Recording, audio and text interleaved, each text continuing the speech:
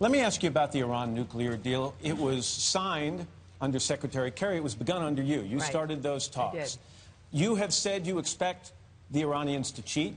You think they'll buy time and perhaps stay along their course to building a nuclear weapon. If they cheat, Secretary Clinton, will you have any course of action other than a military course of action? Would you enter into negotiations with them again? Would you go back to economic sanctions knowing they cheated and are then closer to a nuclear weapon? Matt, look, let me put this in context, because this is one of the most important strategic questions we face.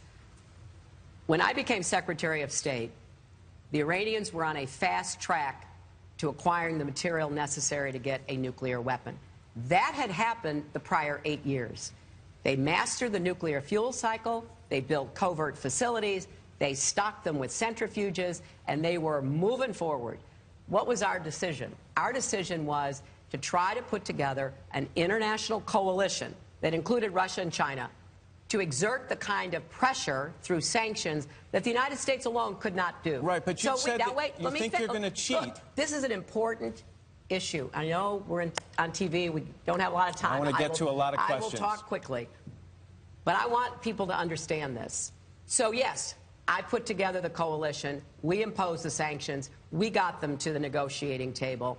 And after I left, we got the agreement. That agreement put a lid on their nuclear weapons program and imposed intrusive inspections. I have said we are going to enforce it to the letter. Do you think they're playing us?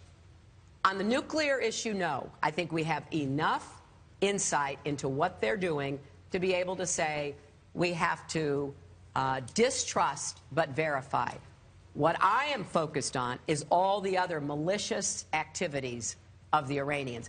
Ballistic missiles, support for terrorists, being involved in Syria, Yemen, and other places, supporting Hezbollah, Hamas. But here's the difference, Matt. I would rather, as president, be dealing with Iran on all of those issues without having to worry as much about their racing for a nuclear weapon. So we have made the world safer. We just have to make sure it's enforced.